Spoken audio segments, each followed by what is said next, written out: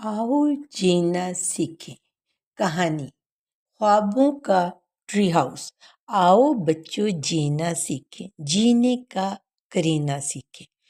फुरकान, अहमद और मायदा तीनों बहन भाई थे जो हमेशा मिलकर कुछ नया बनाते थे और नई नई चीज़ें बनाने के न सिर्फ ख्वाब देखते थे बल्कि अक्सर उनको ताबीर भी करते थे। उन्होंने कई मर्तबा नई नई काराम चीज़ें बनाई, जैसे अपनी बिल्ली का घर, अपने कुत्ते का घर, अपने बर्ड का केज। और जब भी उनके पास वक्त मिलता या छुट्टियां आती तो वो ज़रूर कुछ नई चीज़ तख्लीक करते और तीनों बहन भाई मिलकर एक अच्छे टीम वर्क में अपने काम को पाया तकमील तक पहुंचाते। इन गर्मियों की छुट्टियों में भी उनके पास जब खेलने के लिए बहुत सा वक्त था तो अहमद ने एक शानदार ख्याल पेश किया। अहमद ने निहायत जोश से कहा, इस मर्तबा हम अपना एक ट्री हाउस बनाते हैं। हाँ हाँ, ट्री हाउस जो सबसे मुनफरिद हो। माहिदा ने भी इंतहाई खुश दिली से इत्तफाक किया। तुम्हारा क्या ख्याल है फुरकान? माहिदा ने बड़े भाई से पूछा। फुरकान जो सबसे बड़ा था सोच में पड़ गया और कहने लगा, ये ख्याल तो ज़बरदस्त है, लेकिन हमें ये सोचना होगा कि उसे कैसे बनाना है। हमें पहले एक नक्शा ड्रा करना होगा ताकि हम उस नक्शे के मुताबिक ही सब कुछ बनाएं। इसको बनाने में जितना शानदार नक्शा होगा उतना हम घर भी हमारी सोच के मुताबिक तैयार होगा। तीनों बहन भाइयों ने सेहन के इस पुराने बड़े दरख्त को देखा जो उनके दादा के ज़माने से वहाँ खड़ा था। वो निहायत तवाना, मजबूत और घना था और एक शानदार ट्री हाउस बनाने के लिए इंतहाई मौजू। फुरका अहमद ने सामान की फहरिस्त तैयार करनी शुरू की।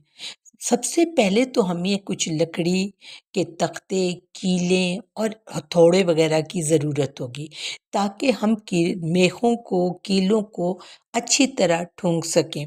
और फिर हमें एक सीढ़ी भी चाहिए होगी जिसके ज़रिए हम दरख्त पे बनाए हुए ट्री हाउस पे आसानी से चढ़ सकें, उतर सकें।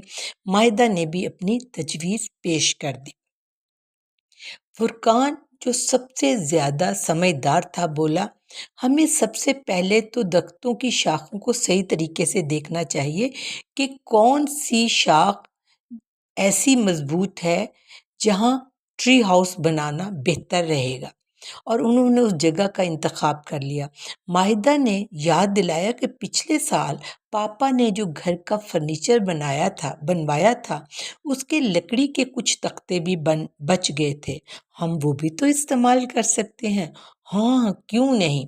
उन्होंने अपनी मम्मा से इजाज़त ली कि और उनकी मम्मा ने इंतहाई खुश दिली से इजाज़त दे दी क्योंकि वो जानती थीं कि वो तीनों बहन भाई अपनी तमाम तवानाई और ताकत अच्छी चीज़ें बनाने में सर्व करते हैं और इस तरह न सिर्फ वो सीखते हैं बल्कि वो सेहतमंद भी रहते हैं। लिहाजा उन्होंने उन्हें तख्ते इस्तेमाल करने की इजाज़त दे दी। अगले दिन से ही तीनों बहन भाइयों ने काम शुरू कर दिया। अहमद जो सबसे तेज था वो स्टोर से लकड़ियों के तख्ते लेकर आता। माइदा उन तख्तों को तरतीब देती और तय करती कि कौन सी वॉल के लिए कौन से तख्ते बेहतर रहेंगे और फुरकान देखभाल के साथ साथ कीले ठोंक कर तख्तों को आपस में जोड़ता। कभी कभार उनके दरमियान कुछ इख्तलाफ भी हो जाता, लेकिन वो बहन भाई मिलकर और हेल्दी डिस्कशन के बाद उस मसले का हल तलाश कर लेते थे। जब छत बनाने का मरहला आया तो माइदा ने तजवीज़ दी कि हमें रंग बिरंगे कपड़े भी लगाने चाहिए ताकि हमारा ट्री हाउस निहायत खूबसूरत और रंगीन लगे। यूं महसूस हो उसके अंदर धनक के रंग है। ज़बरदस्त ख्याल है, लेकिन मैं तो वहाँ कुछ झंडियाँ भी सजा दूंगा, अहमद ने कहा।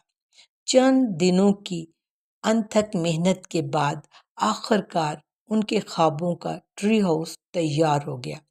لکڑی کی ایک مضبوط جھولتی سیڑھی، اندر ایک چھوٹا سا بیٹھنے کا خوبصورت گوشہ اور اس پر رنگ برنگے پردے۔ جیسے ہی وہ سب اندر بیٹھے تو وہ خوشی سے جھوم اٹھے۔ تینوں بہن بھائیوں نے تالیاں بجائیں، اچھل کود کی اور خوشی سے کہا، او ہو، یہ تو یوں لگ رہا ہے جیسے ہماری چھوٹی سی جنت ہو۔ فرقان نے مسکرا کر کہا، لیکن یاد رکھو یہ سب ہماری محنت اور مل کر کام کرنے کا نتیجہ ہے۔ مما اور پاپا نے ان کے بنائے ہوئے ٹری ہاؤس کو پسند کیا اور نہ صرف خوشی کا اظہار کیا بلکہ ان کی حوصلہ افزائی بھی کی کہ انہوں نے اپنی عمر سے بڑا کام کیا ہے۔ ماہدہ نے ہنستے ہوئے ہاتھ بلند کر کے کہا، ہاں ہاں پاپا مما، آپ نے دیکھا ہمارا ٹیم ورک تو سب سے بہترین ہے۔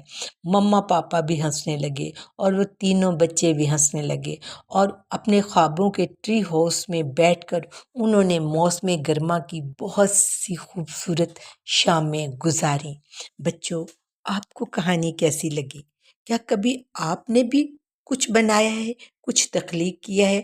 کیا کبھی آپ نے اپنی بلی کا گھر بنایا ہے، اپنے کتے کا گھر بنایا ہے، یا اپنے پالتو پرندے کے لیے کبھی کوئی کیج تیار کیا ہے؟ اگر کیا ہے تو مجھ سے شیئر کرنا مت بھولیے گا۔ اگلے وینسڈے کو پھر ملیں گے ایک نئی کہانی کے ساتھ۔ تب تک کے لیے اللہ حافظ، بائے بائے، سو لانگ۔